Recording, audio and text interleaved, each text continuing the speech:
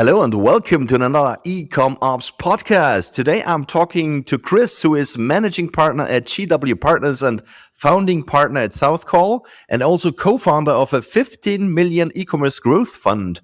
So he can share a lot of insights on the current market, what investors and acquirers are looking for, and strategies for growing e-com businesses through EBITDA, SDE optimization, multiple expansions, and e-commerce operations. Wow, what an intro. So will be a lot of fun today. Hey, Chris. Hey, Norbert. Thanks so much for having me on. I appreciate it. Yeah, thanks so much for being with us so we can learn a lot from you. Chris, can you tell me a bit about yourself, about Sure. why did you come into that direction? Yeah, sure. Absolutely. I'll try and be succinct. I'll try and be quick. So I started in consumer products about 20 plus years ago, working in baby products and also a little bit of toy, mainly baby products. And so I started off at a smaller Japanese-based company. We were about 22 million. Worked over in a few other different companies, ranging all the way up to about $500 million. So I got a really good grasp of what it means to operate, inside of a real household brand. A company that is looking to sell their products through retail. And then, of course, as I was, advancing my career, at the same time, e-commerce was becoming a very big player in terms of a real channel. You had big retailers that I worked with like Target and Walmart and Babies R Us and Toys R Us, Bed Bath & Beyond, who were starting to now pay attention. And then you had new players coming on the scene that I sold to, like diapers.com and wayfair.com, that were these disruptors. And so it was really cool throughout my career as a sales and marketing executive to have both interactions with this kind of new class of retail, e-commerce, and watch the evolution of that. But at the same time, also really get my hands very dirty internally, from sales to marketing to product development, and really understand, hey, if you're going to be a successful consumer products company, this is what that has to look like. It's not like it's one blueprint, but there's some pretty strict fundamentals when it comes to being successful in consumer products. So yeah, it was a fun ride. So leading up to GW Partners, and then also SouthCol. I'm in Charlotte, North Carolina. We're a big investment banking town. So we're actually we're the second largest banking town outside of New York. So there's a lot of investment bankers here, and I teamed up with a few who had institutional experience. They worked in very, very, very large banks, doing very big transactions and et cetera. They all started their own entrepreneurial journey around the same time that I did. And by happenstance, we met and we started talking about just small business. I mean, it's probably the most simple way to put it, and e-commerce in particular. And at that time in 2017, we started to see demand for e-commerce businesses from buyers, most of which were individual, but there was some level of demand. And we said, hey, look at these charts. We did the typical kind of banking thing and looked at all the data and all the different charts and said, look where everything's headed. Everything is headed towards, more and more and more shoppers online, more and more e-commerce businesses will become real brands, household type brands in the future.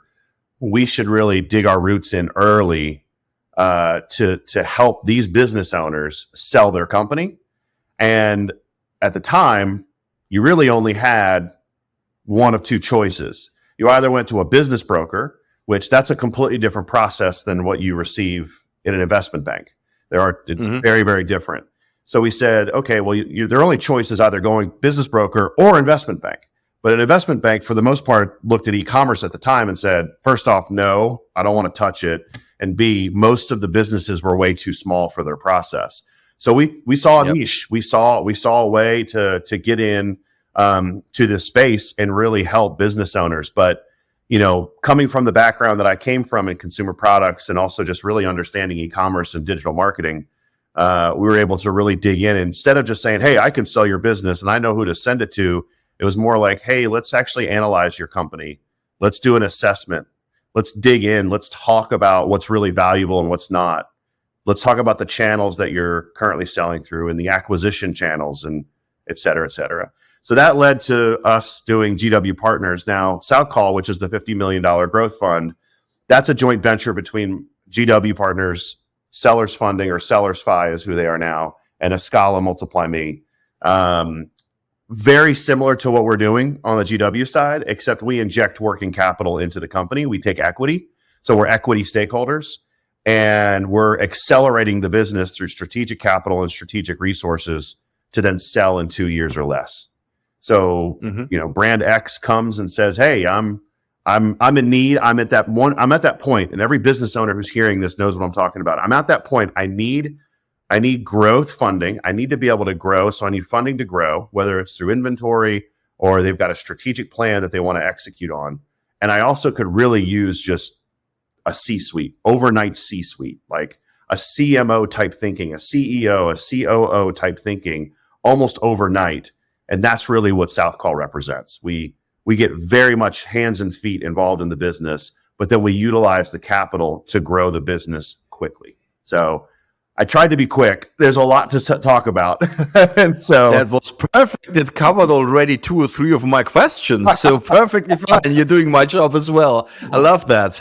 No, that's really very, very interesting what you're actually doing because it really, I think it really can help a lot of e-commerce store owners or e-commerce businesses, because the store owner is not everything. It's the entire business behind that, to really grow. So you put in your power, your manpower as well, to identify the right acquisition channels for clients, to lead into some connections and open your network for them, so that they can further grow. And after that, you take care that this business gonna get sold at the right price to the right acquirer. That's exactly right. Perfectly fine. Yeah, and the way cool. I'd say the most simplistic form, imagine for a moment if you had a buyer from a private equity fund or a corporate strategic, like a strategic, like a big corporation and a larger company in your category, from their team sitting in your company for 12 months, telling you all of the things to do to make you more valuable. That's us. We have the answers to the test. We know what buyers who have, very deep pockets and can pay top multiple. We know what they're looking for. We know what they want. And so imagine that for a moment. You had that buyer sitting in your company for 12 months telling you every single day, these are the things we need to work on. This is your weaknesses. These are your strengths. This is how we can fix the weaknesses and exploit the strengths. That's effectively, in essence, what both SouthCol and GW Partners represents, for sure. Awesome. Do you have a success story in mind that you could tell us a bit about? Through SouthCol, we're fairly new. We just started this past fall, so we don't have any full term success stories on SouthCol. On GW, we sure do. I mean, we're in the midst right now of working with a beauty brand. It's a fake eyelash company, and we came to them. They were roughly about an $7 to $8 million company. They were doing all of the right things, but they just really needed that strategic resource and strategic advisory. And so we got involved in a very deep manner. We were able to extrapolate and show them from a financial perspective, this is your company, and these are your guardrails. This is how much margin you need on every single channel. This is the data coming out of every acquisition channel. And this is where you're doing really well, and this is where you're not doing well. Fast forward, we've been involved now for 9 months. Fast forward from when we got involved last summer to today. So, about 9 months. The business is now on a track towards doing about 20 million this year. And probably awesome. And again, that's not just us coming in and going, oh, well, you were never going to do that without us. No, they were on a really good path. I mean, the business owners actually, very, very, very sharp people, ex McKinsey, ex investment banking, private equity, just a really good, just a very, very intellectual way of seeing the business.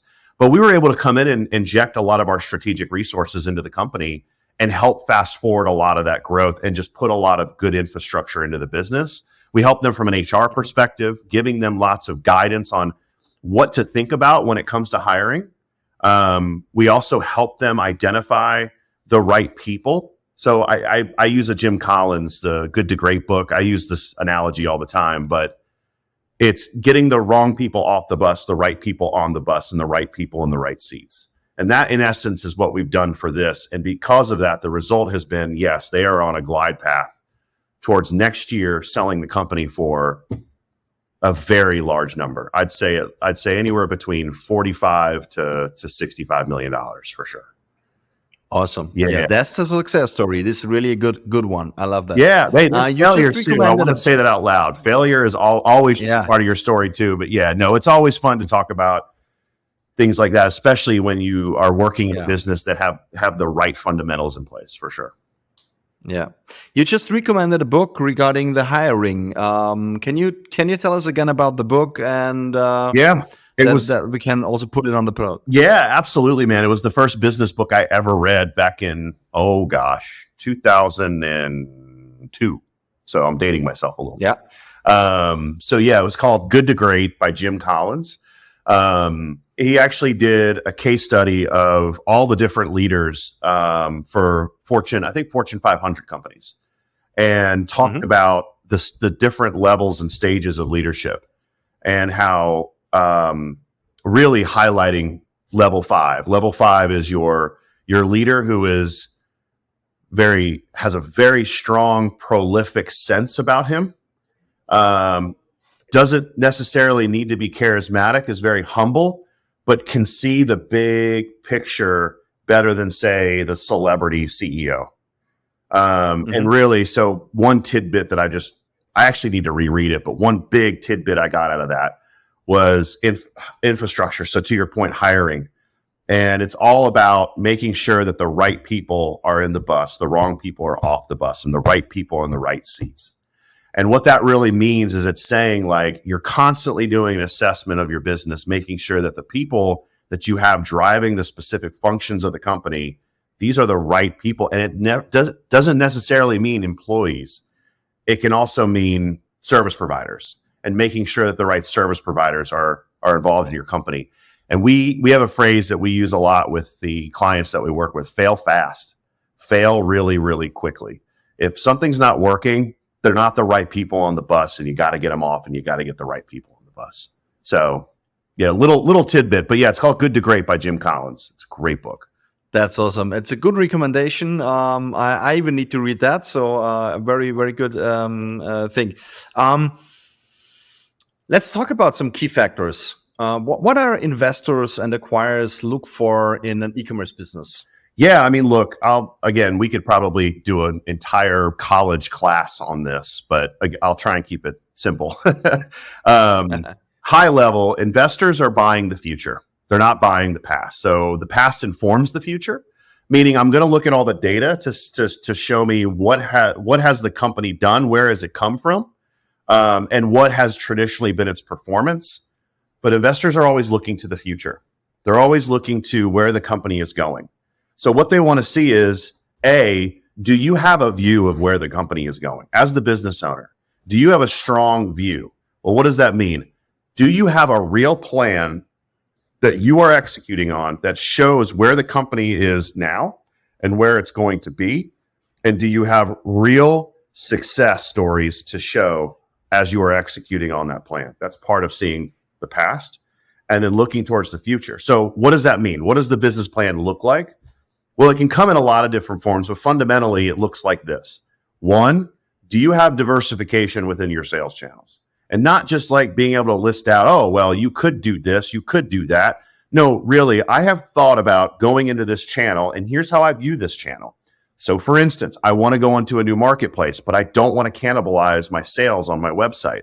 So I'm going to treat this particular channel as a acquisition channel, not a sales channel. So here are all the different activities that we are going to do and that we have done to try and drive awareness of our brand through this new marketplace to bring them back to our website. Because if we capture them on our website, we've got a subscription in place. We've got all the things to keep them very sticky and in our community, where a marketplace, that can be very difficult. So it's really thinking through that, even when it comes to, say, retail, right? When you're thinking about a retail strategy for your company, well, A, who are you? What's your position? Who are you to the consumer? Like, that's a fundamental question you have to answer. And why are they going to care when they walk through? First off, why is the buyer going to care? Secondly, if the buyer cares, how are you going to get the consumer to care when they're walking and they're seeing all of this noise on the shelf? What's your external strategy and your both internal strategy to drive what's called ROS, rate of sale, or POS, point of sale? Like, what's your strategy for all that? So investors care about these things. They're not just looking, and this is a bit of a flaw when you hear a lot of business brokers get on and talk about selling your company. They go right to the profitability. Yes, you need to be profitable, but if you don't have a plan to show this particular buyer what this thing can be in the next 5 years, 3 years, you effectively you are minimizing the value of your brand. You're minimizing the value of your company, because that's where you get massive multiple. That's where a Tomy, which is a big toy brand, will go to Fat Brain, which is another toy brand that was, I don't know, probably doing 40, 50, 60 million, and pay 14 times for it. That's where you start to get those types of multiples, because you've grown yourself into this extremely valuable asset by deploying these wonderful fundamentals of consumer products and not just thinking about being product, profit, price. Like, you're actually becoming something. So again, there's a lot to unpack. We don't have the time, but there's a lot there. But I have a soft fact question. Yeah, I have a soft fact question because I'm really interested in. I mean, let's say I have a successful business, because when you're in, or when I build something that is really already good, then I can sell it for multiples to an investor who has a vision. Or why should I sell my company then? What's the reasons? It could be a lot of different reasons. There's not one. I mean, number one, you've reached a point and you know that by selling to this particular private equity fund, family office, more private equity fund, or a corporate, another big corporation, they've got the resources to take your successful brand from here to here in the next 5 years. And oh, by the way, like private equity, for instance, they want you to come along for the ride. So they'll buy out, I'm using simple terms, but they'll buy out 80% of your company. So they'll pay you for 80% based on a value, and then you'll keep 20% equity into the new company moving forward. That happens a lot. Yeah. So you actually get to come, we call it the proverbial second bite of the apple. Like, you get to come along for the second ride. So that's one reason. A second reason is you have poured your life into this company. You've poured a lot of your own personal resources. You may have levered yourself with some debt to grow, which is not a bad thing. And you're just 6, 7, 5, 4, whatever years in, and you're like, I'm done. I built this wonderful thing, and I want someone else to take it to the next level. I'm cashed out. I'll transition for 6 months. But then when you look at the money, the actual dollars, and you say, okay, I built this thing to a $10 million company. I've barely really taken much money because I've had to, again, this is more consumer products. I've had to pour a lot of cash back into the business for inventory, employees, growth, just in general growth. Well, I'm at 2 million of EBITDA. I'm able to now sell the company for 14 million. Well, now all of a sudden you're going, yeah, well, that's like 100 years of salary. Not really, but you're looking at it from that mentality where you're like, it feels like 100 years of salary. Like, I didn't really have a chance to take a lot out of the business because I really saw this as such a valuable entity. So then there's also another reason where you don't sell the company at all. You just build it. I mean, we're working with someone right now where she never wants to sell the company, but she wants to grow it into a very valuable cash flowing entity. That's also great because that cash flow, go invest it anywhere else you want to go invest it. Crypto, I'd say be careful, but but in real estate or you get my point. So there's many ways to slice this. It's not, and I think that's also a myth. There's this myth out there, and I hear it a lot in the education, which is like, oh, no, you should always think about selling sell. And it's like, no, you don't have to. Take a step back. First off, you may not even be able to sell. That's a whole other conversation. And we can identify reasons on why that can't happen. Secondly, it may just be good to be a cash flowing entity. Third, you're not ready yet. You need a lot more time. You might need 3 or 4 years. And when that occurs, you're going to be very valuable. So no, Yeah, don't always have to. that makes sense. Never sell too early. I mean, that's I think very important a fact that really the facts need to be a perfect fit. And when you talk about that, what are the critical elements of designing an exit strategy for an e-commerce business? Oh gosh. Well, it's a lot of what I just said. I mean, it's a lot of it's a lot of business planning. It's a lot of how, establishing a view. But at what point do you say, okay, now think about that. What do you define the steps first where you need to reach, or are you analyzing the company again and say, okay, now it's a good time with this and that? Yep. The way that we work with our business owners is we reverse engineer. So we actually start with the end in mind, which is a pretty well-known business phrase. And so when you start with the end in mind, what you're really doing is you're defining long-term goals for the business owner. We only work with business owners. That's it. Small business founder owners. So we're sitting down with them in our analysis phase, and we're saying, okay, what are your long-term goals for the company? Let's really define them. What are your personal goals? What are your company goals? Let's really start talking about these things, because that is going to flow into how we then talk about the steps to get to those particular goals. If you don't have goals in mind, well, you're just lost you're lost in a dark forest without a flashlight. You're just kind of roaming around going, okay, well, I just need to make money. Yeah, well, there's more to it than just that. So you define the goals, and then you're working backwards from that. And those steps are all defined in terms of, okay, you're only on Amazon right now. Well, that's a problem. We need to diversify you away from just one channel. You have channel risk. Well, what does channel risk mean? Well, it means that investors are going to look at you at blah, blah, blah, blah, blah. So we need to diversify. So let's start talking about concentric circles on where we can go next, and how those particular channels can bring value to the company, and the investors will look at you in a much different way. So I'm giving you a little bit of a piece of how we think, but we always do an analysis phase, always. The analysis phase defines the goals, defines the steps, talks about, typical SWOT analysis, strengths, weaknesses, opportunities, and threats, what needs to be done. And that's, for us, I mean, getting nitty gritty, that's usually a 2 to 3 month process. Because we're digging in, we're getting all of the data financially, all of the qualitative and quantitative metrics from all the acquisition channels. We're running business intelligence tools inside of your company to extrapolate all that information. And then we give the business owner the view of, okay, here's where you are right now. We've defined your goals. Here's where you are now. And here now are the steps to get there. And then phase 2 for us is always some level of it's execution. It's getting our own hands and feet dirty and working with the business owner to now deploy the right strategic resources in any of those steps.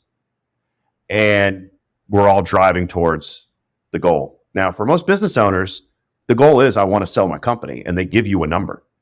We actually drive them towards a number. It makes life a lot easier.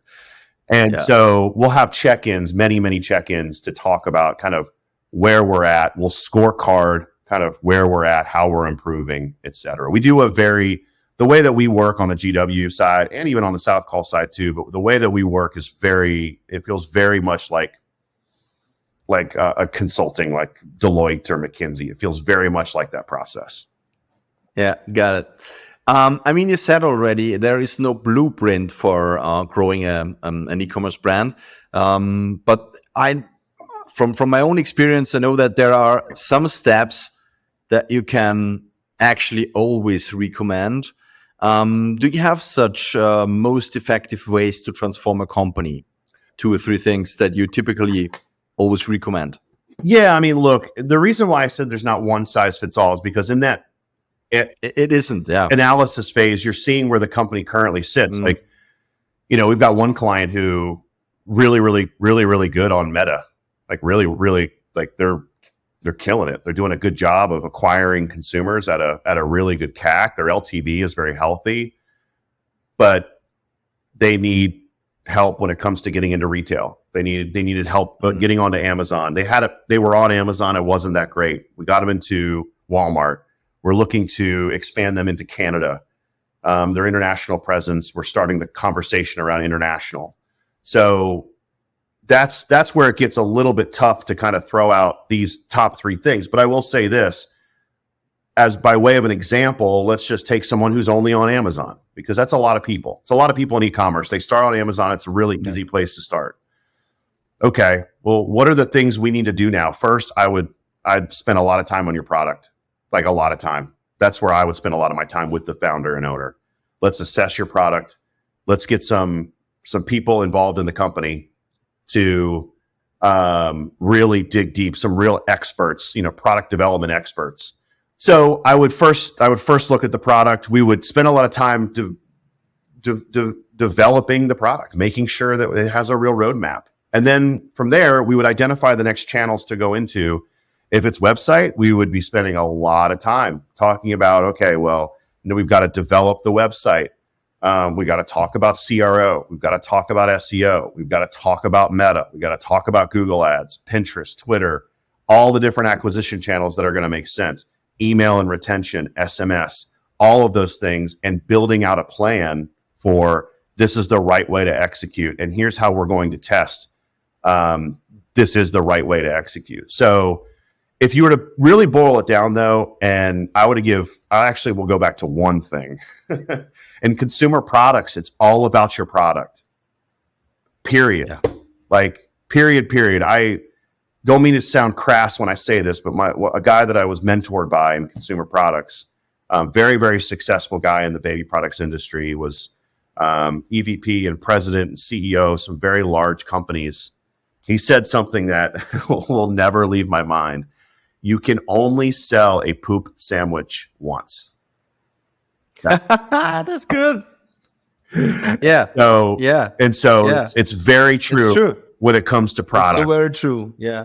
Yeah. So, and that's a big factor, that the product must be perfect, and the story around the product and the brands. I mean, if you look at the big brands, let's look at Red Bull. I mean, there are so many different energy drinks out there already. Yeah. But Red Bull did the thing. Yeah. They have the story. They have the first on market, of course. They have the entire story, the sports sponsorships and everything that they do. And this makes it so unique. They know who they are. They've defined who they are. They know who they are. And that's where you see a lot of very successful brands. They've got product that people love, and they delight. I call it delighting the consumer. They delight the consumer. Sometimes that's a mixture of product and just your customer service in general. But they know who they are, and the consumer understands who they are. That's where you start to find real success. And to your point, that's more than just product development. That's also positioning and your story and your branding. And a lot of folks who are just on Amazon, small business owners, look, I commend them. They took the leap. And they just dove off the cliff and said, I'm becoming an entrepreneur. And they did what they thought was best. But now, where you've got a lot of business owners that have hit 5, 6, 7 million, like on a channel like Amazon, they need help from outside resources to take them from there to here. They've done a great job getting here, but now they need a lot of help getting up here. And so that's really where we come in. That's cool. Good question, by the way. At what point should I come to you? What revenue do I have to get started into that process? Yeah, I'll speak of it. I'll talk to it in a more subjective way. I really do, and this is because I speak to hundreds. I don't speak to every month, but I've spoken to hundreds upon hundreds of business owners in the 6 years I've been involved in this, and most of it has been I'm ready to sell. But in more recent history, with the market not being as healthy as it once was from an acquisition perspective, a lot of them are needing help. And I would say they come to us when they feel that moment, not of desperation, but I really wish I just had more brains in the company. Like, I just really wish I had someone I could speak to every day or every week about what's going on and strategize with me on how to make this company better and how to grow this business. and really start talking through all of the different activities that need to occur.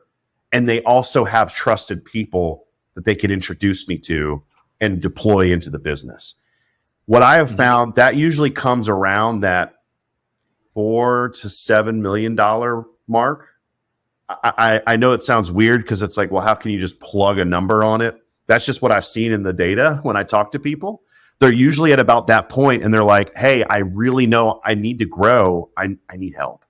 Like, I need someone to help me. And if I hire someone, I'm nervous to hire someone full time because that's a big commitment. Whereas with us, now on SouthCol side, we become equity stakeholders with you, but we're not taking anything out of the company. We're just equity. We take equity with you. On the GW side, they may be flush with cash, but they need help. And we're outside contractors. Let's just be blunt. You can let us go at any time. And so it's a less risky way to deploy people into your company and get that brain trust, get that planning, kind of big picture, big thinking. But then also you've got somebody in there that is not afraid to get their hands dirty and say, hey, let's do this together. I think this is important when you say on your website, you say yourself, you're feeling like a partner, or you being a partner. And I think that's the most important thing when you really work together on growing a company and sell it together. It makes total sense to have equity because this is the most trustful way to be engaged in a business. That's right. To be part of the story. That's right. Yeah. Couldn't agree with you more. Not final question, but one question: what are the common mistakes that e-commerce businesses are doing at the moment when they are planning an exit? How can they avoid them?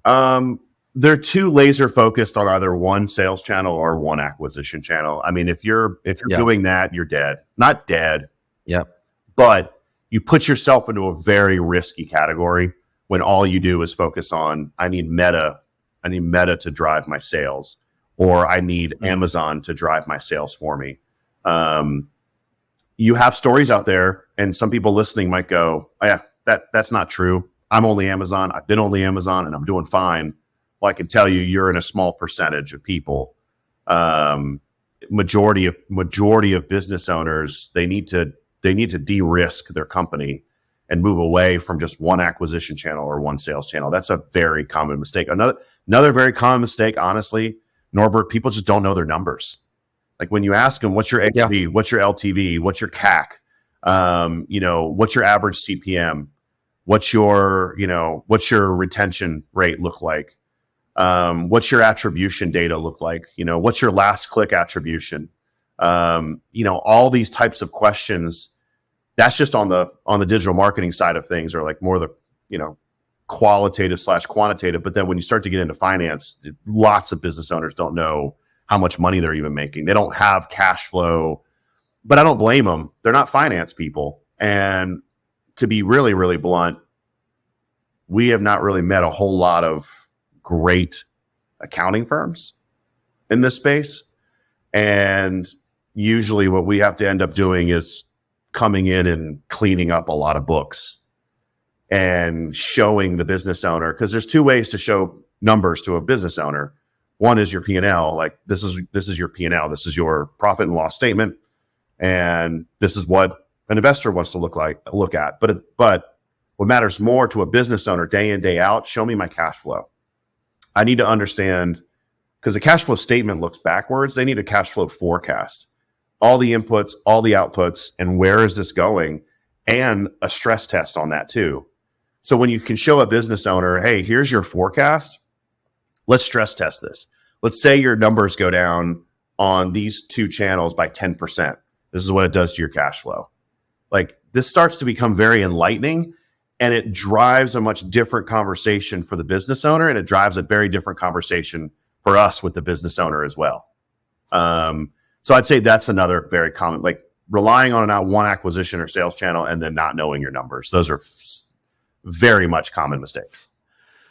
And I can absolutely underline that with the one channel, because it happens not too seldom that a channel is being hacked, even with two-factor authorization. I've seen that on Amazon for some customers already, that they've been hacked on Amazon, and the account went down for several weeks until it got unlocked. And that's really a real problem. First of all, you don't get the money that is in the account, so you can get financial problems. And on the other hand, you lose your visibility, you lose the new revenue, you have products on stock, people to pay. So just focusing on one channel can go good, can work out, but could also be the death of the company. Exactly. Totally agree. And that's a problem. Last question for the day, Chris. Who has taught you the most about e-commerce in your career? Who has taught me the most about e-commerce? Oh, wow. That's I mean, everyone says that. Everyone in every. Oh, wow. That's a question. It is. Really, so here's how I started. Yeah. I'll tell you how I started. And I think I started like a lot of people, because I was selling to big box retailers. We call them big box retailers, like big, as I mentioned earlier, Walmart and Target and Bed Bath & Beyond, Toys R Us, Babies R Us, Burlington, etc. And I will never forget the moment I was selling to a buyer, and they were giving me so much subjective opinion about how they felt about my product and how the consumer was going to react to the product. And I went, what makes you the gatekeeper? In my mind, I was like, what authority do you actually have to represent the consumer? And this was around 2014. So I said, you know what? I'm going to go talk to the consumer, because there are many, many ways to now talk to the consumer. I'm going to go do that. So I started on Amazon, because that was the easiest way to get a widget up and sold. Up, marketed, sold, right? So I just went and I did all the white papers, man. Like, I listened to all the podcasts at the time. Kevin King is a big Amazon guy. Manny Coates, who started Helium 10. I listened to their podcast. I know Kevin now. He's become a friend. And when I first talked to Kevin, I was like, hey, man, you taught me Amazon. He's like, what? Huh? Who are you? I said, all your podcasts, man. Like, all of your podcasts. I listened to all of them. And I really learned at that time how to take a widget and sell it through Seller Central. And then from there, I just became a student of digital marketing. So I learned SEO. My brother-in-law is a really big SEO guy, brilliant at it, actually. He worked for CNET for a while and has worked on some pretty big media content sites. So I've talked to him a lot. So by osmosis, learning a ton about like SEO and how it's evolved over the years. Working with some great service providers, to be blunt, like really top-notch service providers, both digital marketing agencies. We are working with a CRO agency right now that is just brilliant. I mean, so good at what they do, and they're so insightful, and they're also very educational driven. So like, they take the time to actually share with you, like, here's what we're doing, here's why we did it, and here's how the consumer responded to it. So, I mean, it's a myriad of things. I didn't have like one person who just was like, hey, sit down, I'm going to teach you everything I know. It's been this mosaic of different ways to learn e-commerce. What about you? How'd you learn? Who was your mentor? I'd be curious. Oh my gosh. Right? It's a lot. I think my dad. I think my dad, actually. Yeah.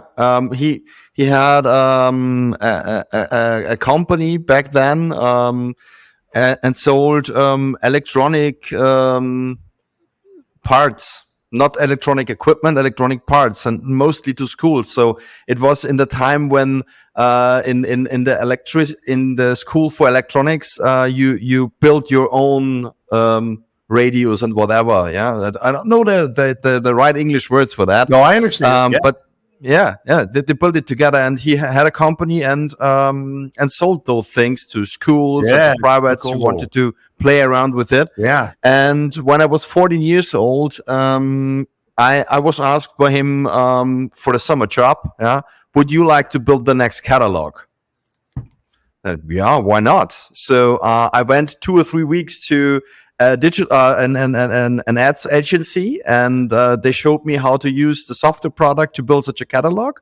They did the title and the concept of the design, and I made I don't know how many pages it was, but a lot of pages with all the products inside, and it got printed. So back then, I'm now 43 years old. Back then, there was no e-commerce. So we printed catalogs, we sent I'm it, 43, and the people man. ordered by phone and by fax. Yeah. So you know that time, and this was cool, and I learned a lot. I learned a lot from the advertising part, and how to have a stock and a stock location, a warehouse, and when we did the inventory, I mean, there was so many small parts, and everything needed to be counted somehow. So this was really a wonderful time. Yeah. I learned a lot there. Yeah. And it's those moments, I think, right? Like you have that define, like for me, just like you, it was, okay, well, I've chosen Seller Central. I'm going to learn. So I already kind of knew, like I worked with a lot of e-commerce companies, but I sold to them. Like I sold them product as like a trade marketer.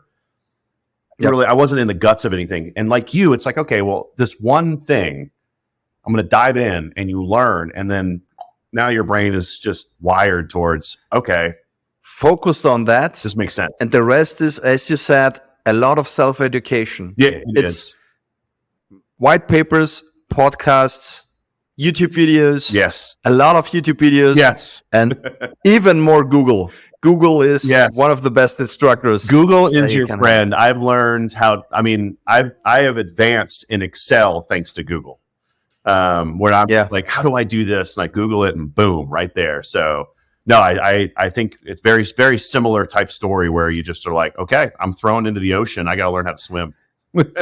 And in 5 years, when we do the interview again, or when we do the interview somewhere else, they will say ChatGPT.